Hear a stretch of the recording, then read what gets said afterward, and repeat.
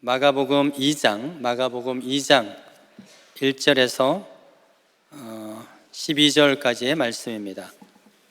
수일 후에 예수께서 다시 가버나움에 들어가시니 집에 계시다는 소문이 들린지라 많은 사람이 모여서 문 앞까지도 들어설 자리가 없게 되었는데 예수께서 그들에게 도를 말씀하시더니 사람들이 한 중풍병자를 4사람에게 메워 가지고 예수께로 올세 무리들 때문에 예수께 데려갈 수 없으므로 그 계신 곳에 지붕을 뜯어 구멍을 내고 중풍병자가 누운 상을 달아 내리니 예수께서 그들의 믿음을 보시고 중풍병자에게 이르시되 작은 자야 내 죄사함을 받았느니라 하시니 어떤 서기관이 거기 앉아서 마음에 생각하기를 이 사람이 어찌 이렇게 말하는가 신성모독이로다. 오직 하나님 한 분 외에는 누가 능히 죄를 사하겠는가. 그들이 속으로 이렇게 생각하는 줄을 예수께서 곧 중심에 아시고 이르시되 어찌하여 이것을 마음에 생각하느냐. 중풍병자에게 내 죄사함을 받았느니라 하는 말과 일어나 내 상을 가지고 걸어가라 하는 말 중에서 어느 것이 쉽겠느냐. 그러나 인자가 땅에서 죄를 사하는 권세가 있는 줄을 너희로 알게 하려 하노라 하시고 중풍병자에게 말씀하시되 내가 네게 이르노니 일어나 내 상을 가지고 집으로 가라 하시니 다 같이 보겠습니다. 그가 일어나 곧 상을 가지고 모든 사람 앞에서 나가거늘 그들이 다 놀라 하나님께 영광을 돌리며 이르되 우리가 이런 일을 도무지 보지 못하였다 하더라. 아멘.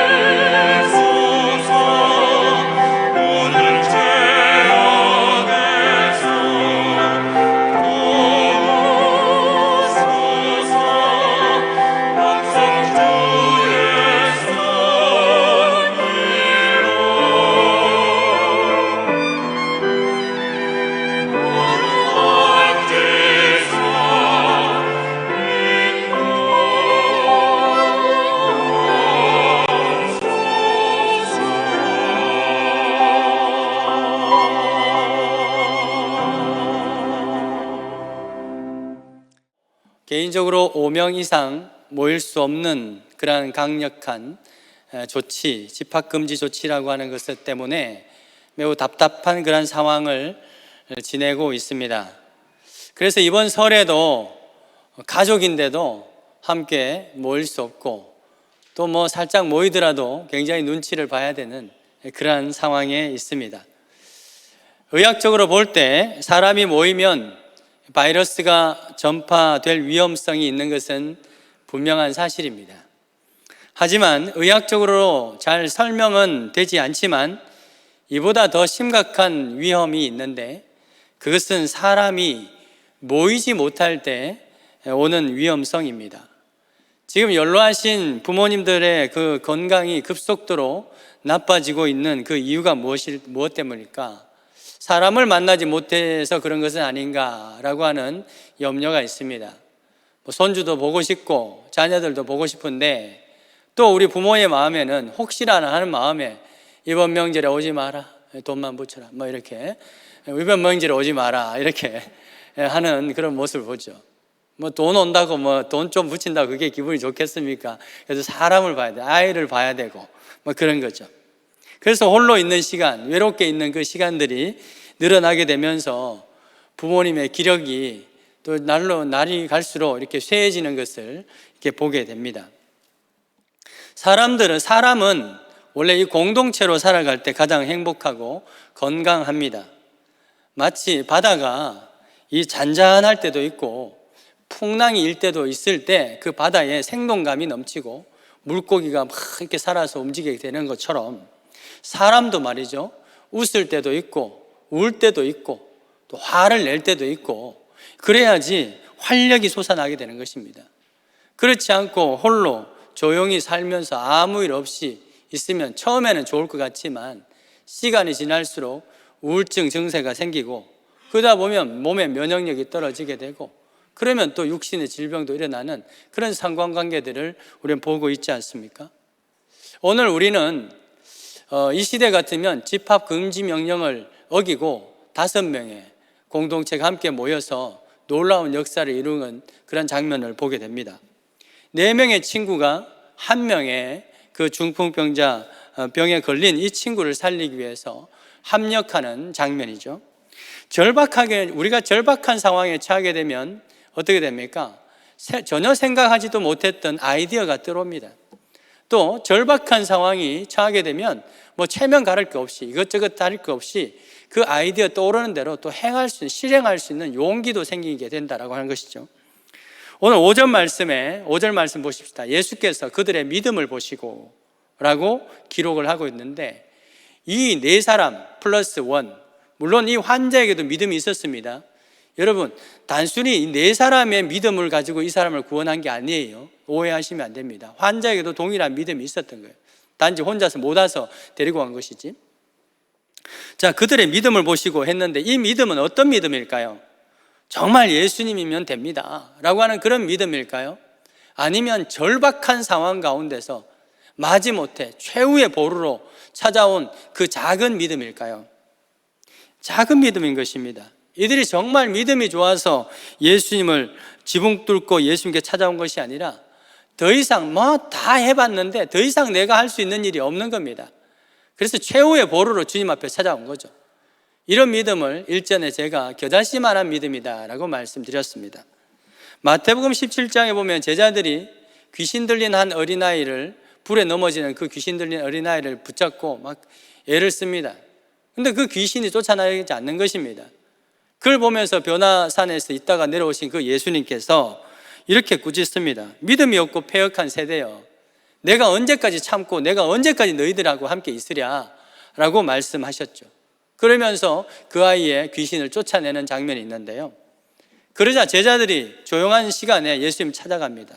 이렇게 묻습니다. 주님, 우리는 어찌하여 왜 못 쫓아냈습니까? 라고 묻죠. 그때 예수께서 이렇게 말씀하십니다. 마태복음 17장 20절에 너희 믿음이 작은 까닭이다.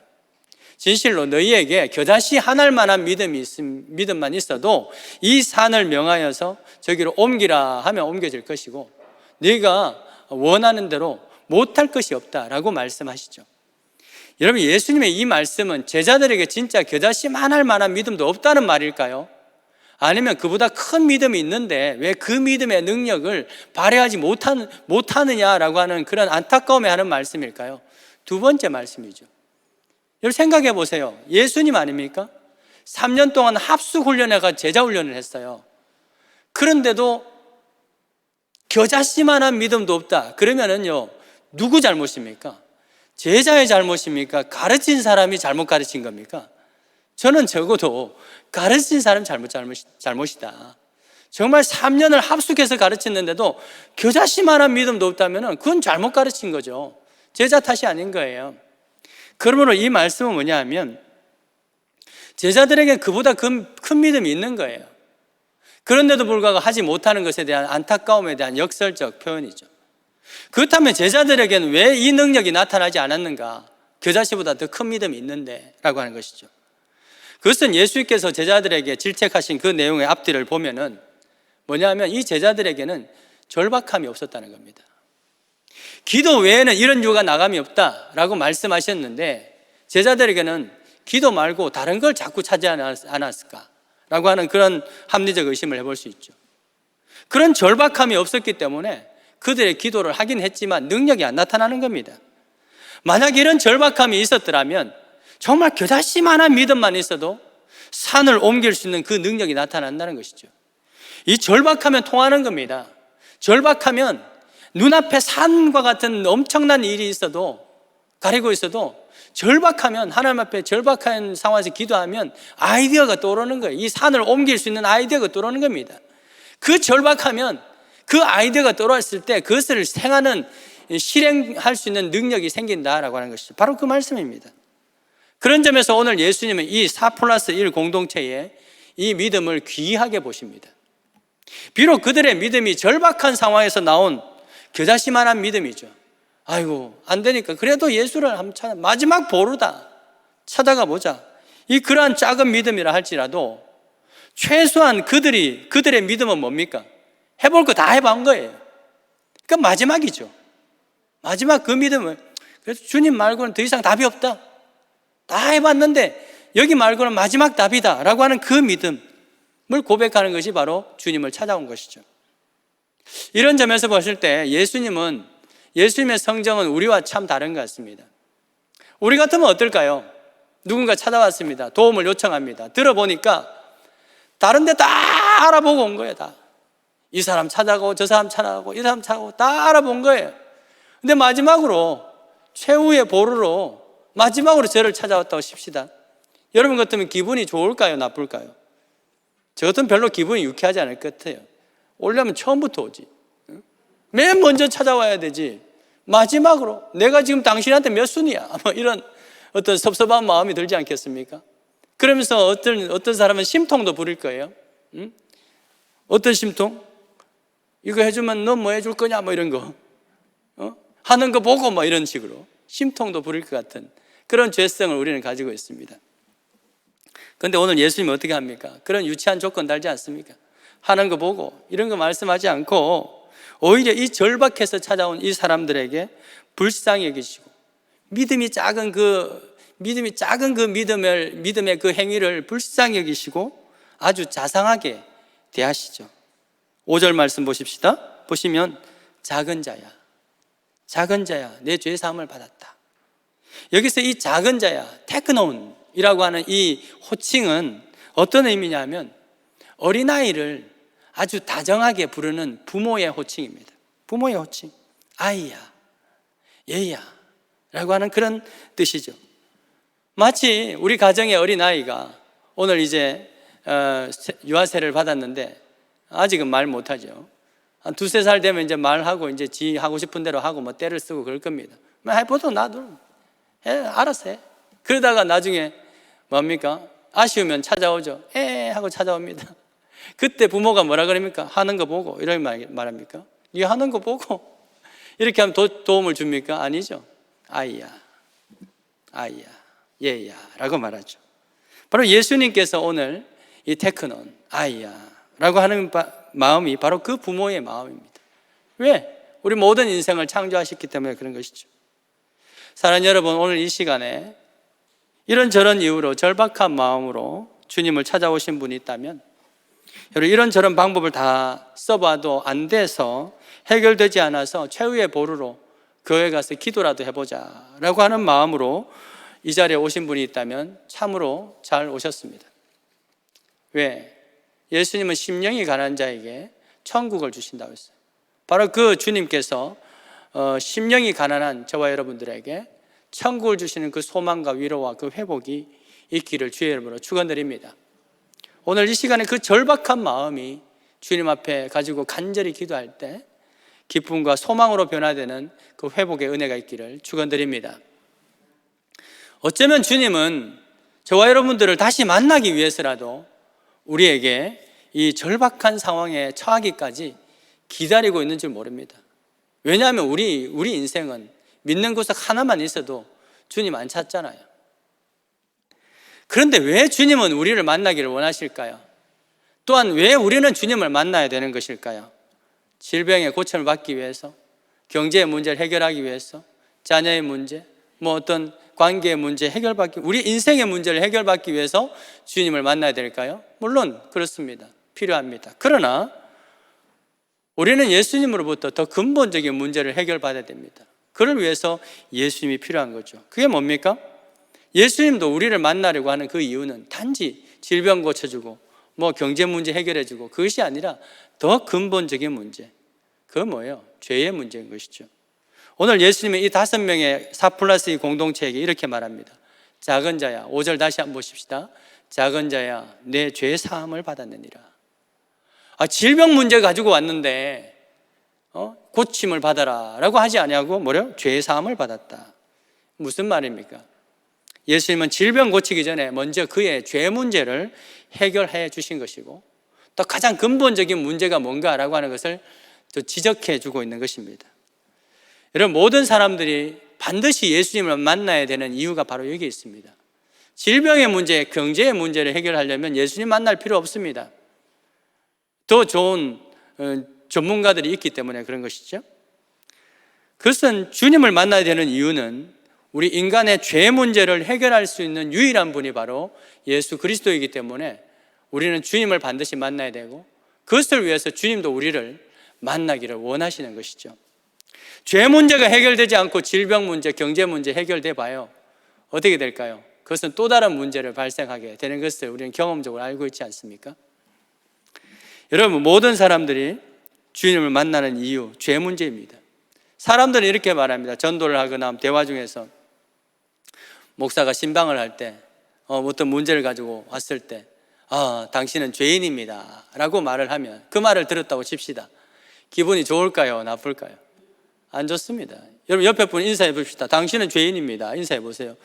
기분 안 좋아요. 왜 기분이 안 좋을까요? 이거 오해가 있기 때문입니다. 당신은 죄인입니다를 뭘로 받아들이냐면 당신은 범인입니다로 받아들이는 겁니다. 우린 범인입니까? 범인은 아니죠. 살인했습니까? 안 했잖아요. 범인은 아니죠. 하지만 뭡니까? 죄인입니다. 믿으십니까? 우린 죄인입니다. 아직 범인은 아니지만 죄인인 것이죠. 그렇기 때문에 또한 범죄할 수 있는, 범인이 될 수 있는 아주 무한한 가능성을 지닌 사람입니다. 우리는 죄인이기 때문에 언제든지 거짓말하고 도둑질하고 살인까지도 할 수 있는 그런 가능성을 지닌 사람이죠. 성경은 그래서 사람을 미워하는 것도 살인이라고 하죠. 그리고 음욕을 품고 여자를 보는 것도 간음이라고 말하죠. 여러분, 그렇다면 하나님의 기준으로 봤을 때 우리는 이미 범인입니다. 그렇지 않습니까? 전과 몇 범일까요? 100범, 1000범. 성경에 보면은 1만 달란트 빚졌다고 하니까 1만 범쯤 되겠네요. 저는 적어도 하나님의 눈에는 전과 1만 범쯤 되겠습니다. 그렇기 때문에 가중처벌까지 받으면 어떻게 될까요? 우리 죄는 우리가 해결할 수 없는 겁니다. 영원한 심판자 되신 그분께서 무죄, 내가 대신 졌다, 해결했다, 무죄 선언하셔야 되는 것이죠. 그렇기 때문에 우리는 예수님을 만나야 되는 것입니다. 예수님이 그 문제를 해결해 주신 분이기 때문에 바로 오늘 이 사건은 그걸 전하기 위해서 한 사건입니다.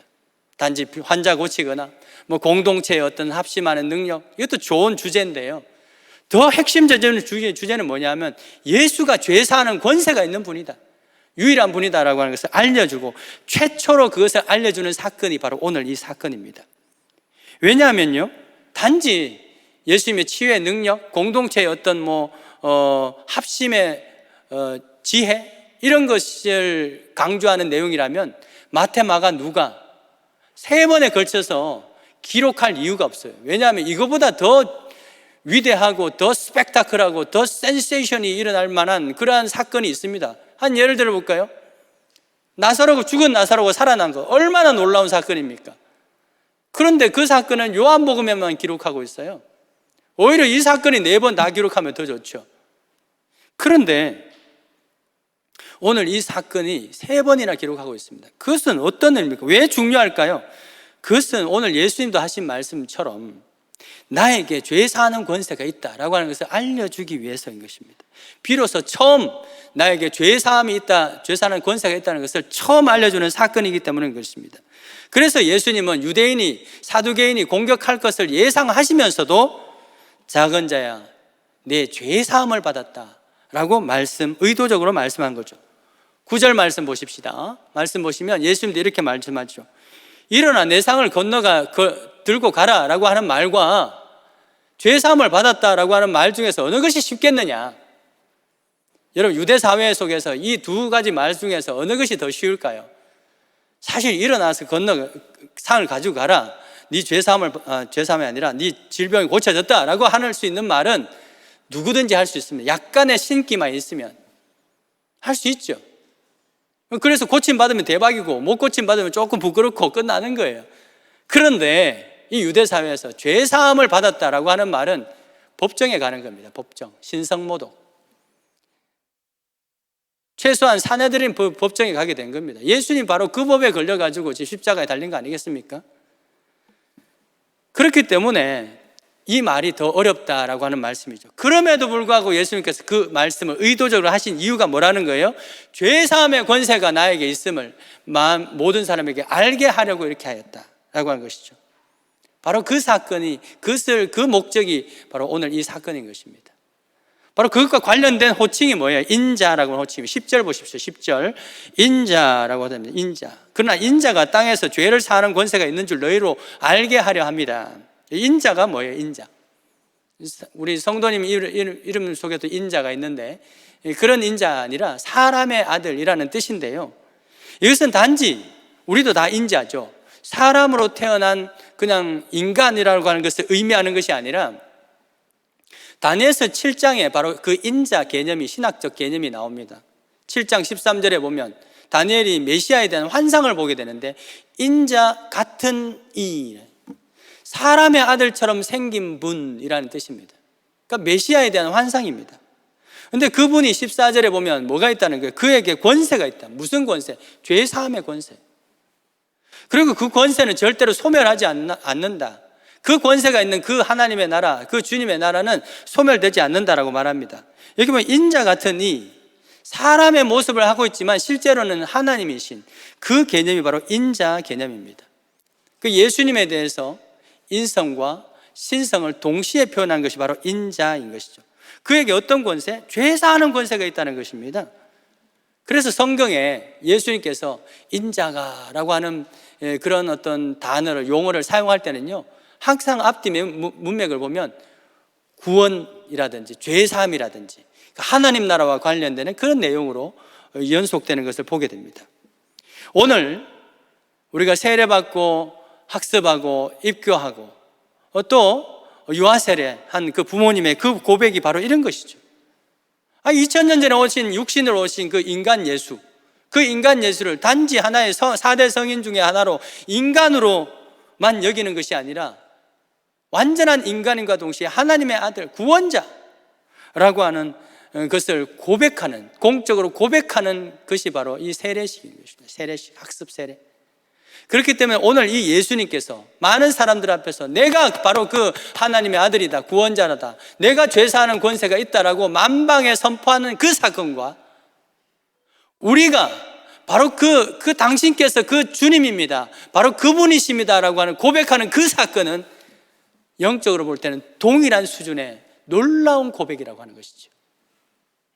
사랑하는 여러분, 그런데 오늘 이 자리에 오기까지 저와 여러분도 마찬가지고 세례받는 분도 마찬가지고 이 자리에 오기까지 어떤 과정으로 왔는지는 별로 중요하지 않습니다.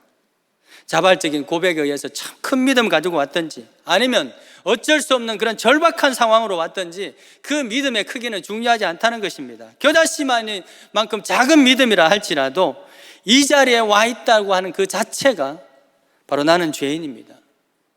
나의 인생의 문제, 뿌리는 죄가 있는데 그 문제를 해결하실 분은 예수 그리스도밖에 없습니다 라고 하는 그 고백으로 이 자리에 있는 줄 믿으시기 바랍니다.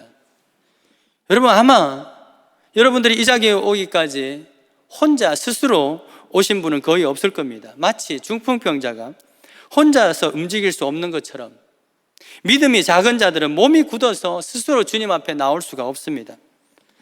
왜냐하면 그가 움직이지 못하도록 꽁꽁 묶고 사로잡는 것들이 많기 때문이죠. 그것이 사회적 지위라든지 체면이라든지, 내가 이 정도 지위인데 예수 믿는 건, 종교는 그냥 허접한 사람들이나 하는 거야, 내가 무슨 이라고 하지만 마음속에 뭔가 절박함이 있을 때 교회라도 한번 가볼까, 그 마음이 있는데도 불구하고 그 사회적 지위와 체면 때문에 꽁꽁 묶여 있는 사람도 있을 겁니다.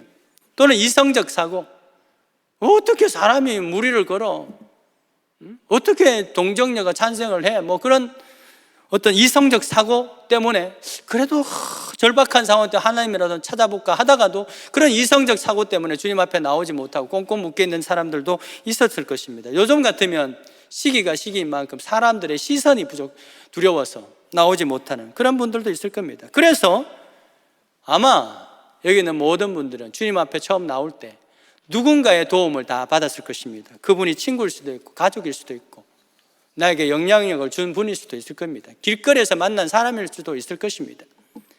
여러분, 바로 이것이 하나님께서 이 땅에 교회를 세우신, 공동체로 교회를 세우신 이유입니다. 목적입니다.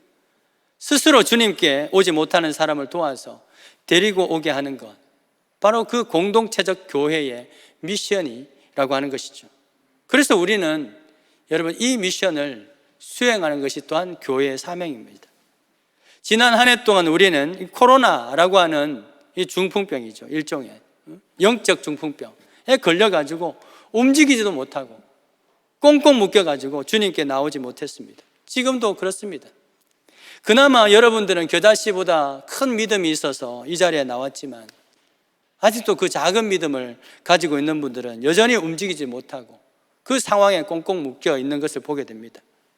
그러다가 어떤 분은 아예 교회를 떠난 분도 있고, 어떤 분들은 마음으로는 오고 싶지만 또 너무 오랫동안 공동체와 떨어져 있어서 마음이 조금 서먹해서 쉽사리 발걸음을 떼지 못하는 분들도 있을 겁니다.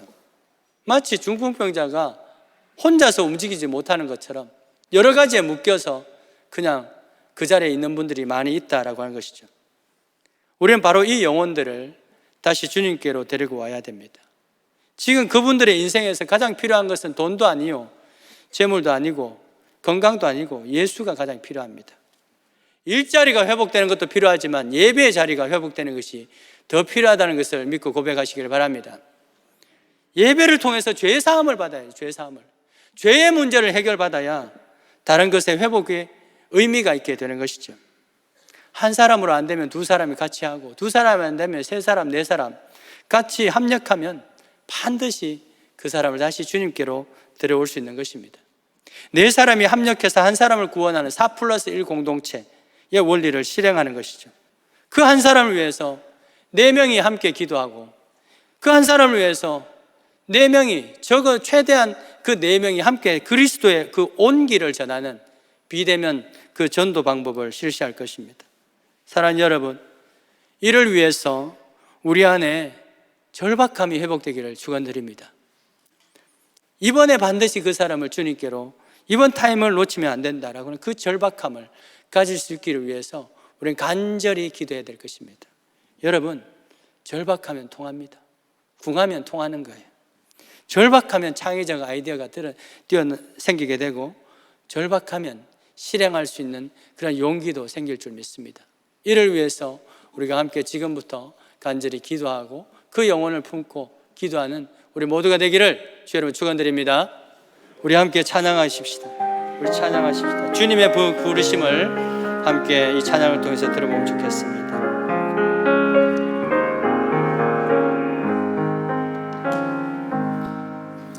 예수가 우리를 부르는 소리 금성 부드러워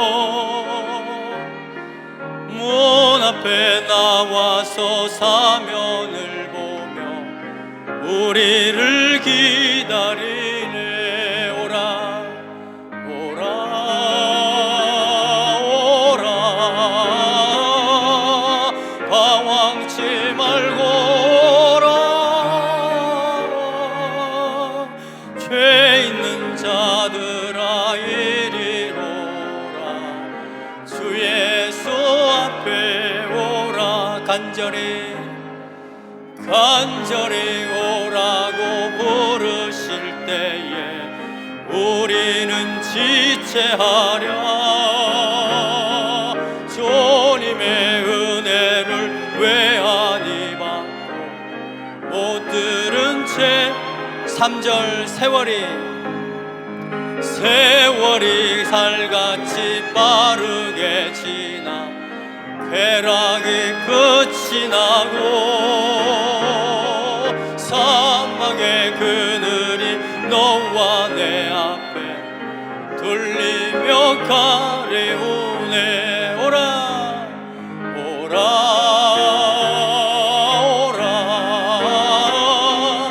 방황치 말고라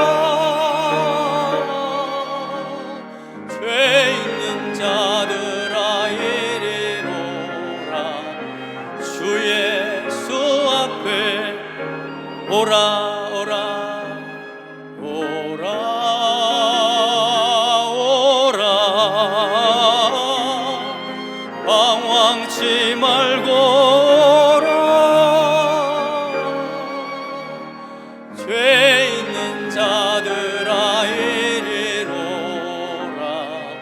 주 예수 앞에 오라.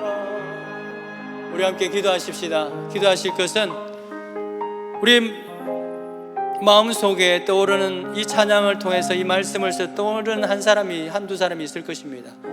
그분을 위해서 기도하십시다. 지금 그분에게 필요한 것은 돈도 필요하고 건강도 필요하지만 제일 필요한 것은 이 예배의 자리가 필요한 것을, 일자리보다 더 중요한 것은 이 예배 자리에 필요한 것을 우리가 압니다. 그러하기에 그분을 위해서 오늘 간절히 기도하기 바랍니다. 그 절박한 그 상황에 있는 분들이 있다면, 그래서 교회로 가고 싶은데 누가 땡겨주기 없는 그러한 사람이 생각난다면 이 시간 기도하십시다. 하나님 초대하겠습니다. 주님께로 다시 이끌겠습니다.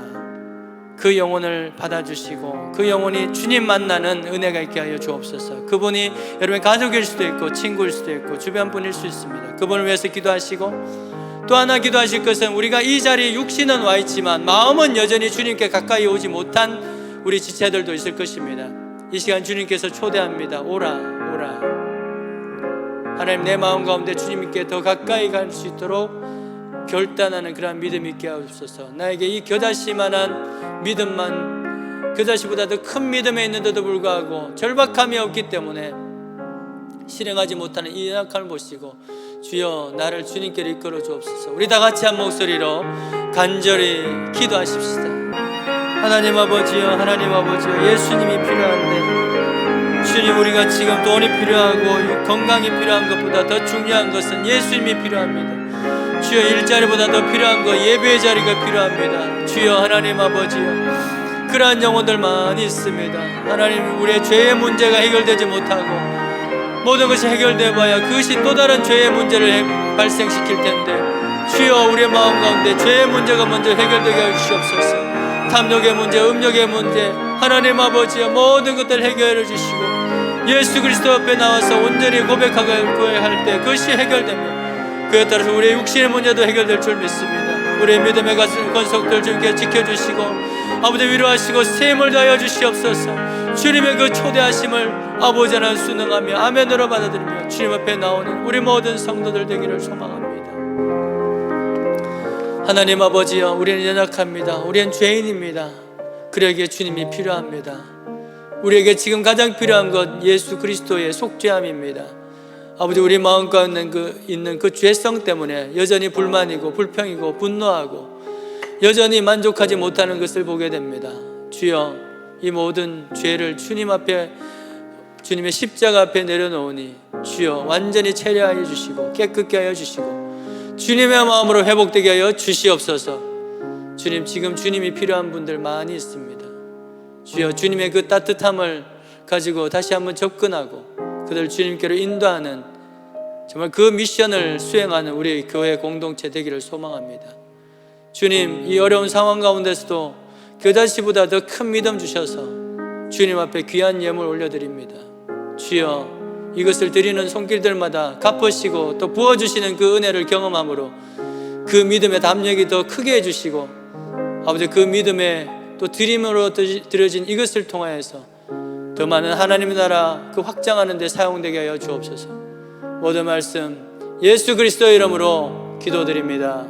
아멘. 우리 삼위 하나님을 찬양하며 하나님 앞에 봉헌 드리겠습니다.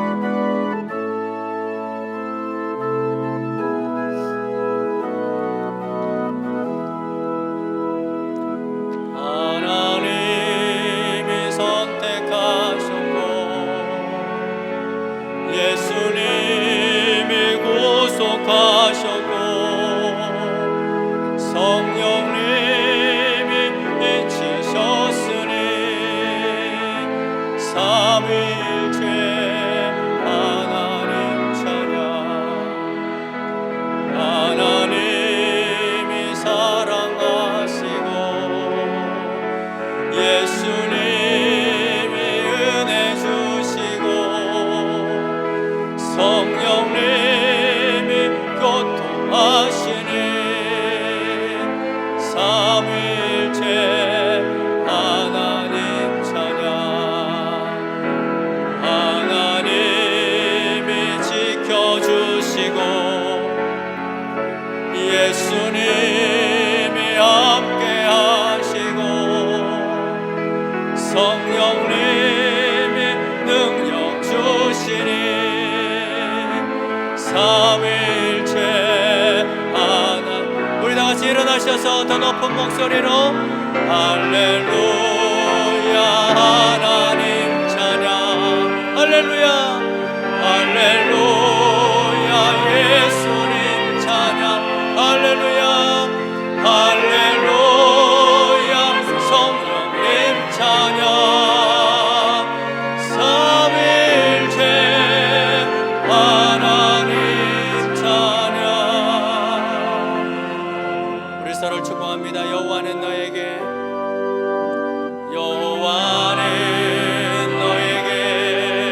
복을 주시기를 원하며 너를 지키시기를 원하시며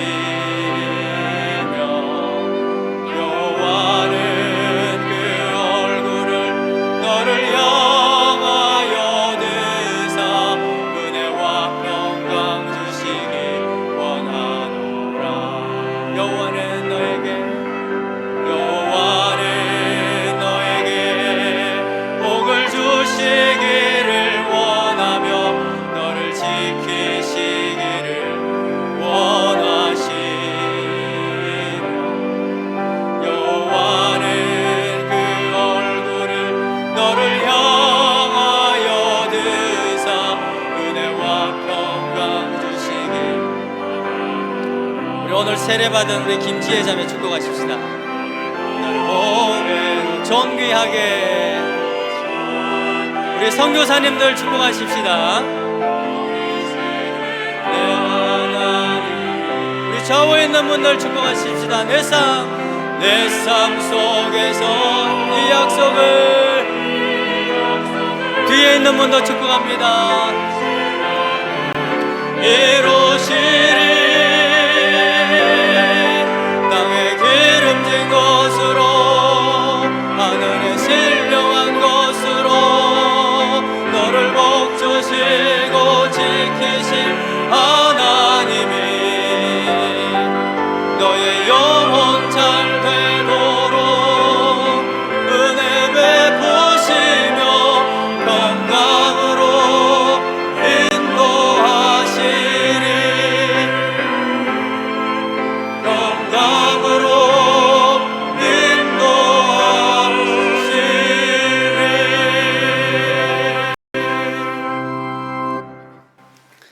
절박한 상황 가운데서 주님의 옆에 찾아왔더라도 겨자씨만한 그 믿음 가지고 어쩔 수 없이 타의에서 의해서 찾아왔다 할지라도 그들의 죄를 용서하시고 그들의 모든 질병의 문제, 가난의 문제를 해결해 주시는 우리 주 예수 그리스도의 은혜와 그 외아들을 우리에게 보내주신 하나님 아버지의 만극하신 그 사랑과 지금도 우리에게 내재하시어 끊임없이 말씀하시며 길을 보여주시며 용기 주시며 위로 주시는 그 성령님의 충만하심의 그 은혜가 우리 모든 믿음의 권속들 머리 위와 그 자녀 위에 일터 위에 또 세례 받고 유아 세례 받은 그 모든 가정들 위에 또 우리 선교사님 위에 선교지 그 현장 가운데 영원토록 함께 있을지어다.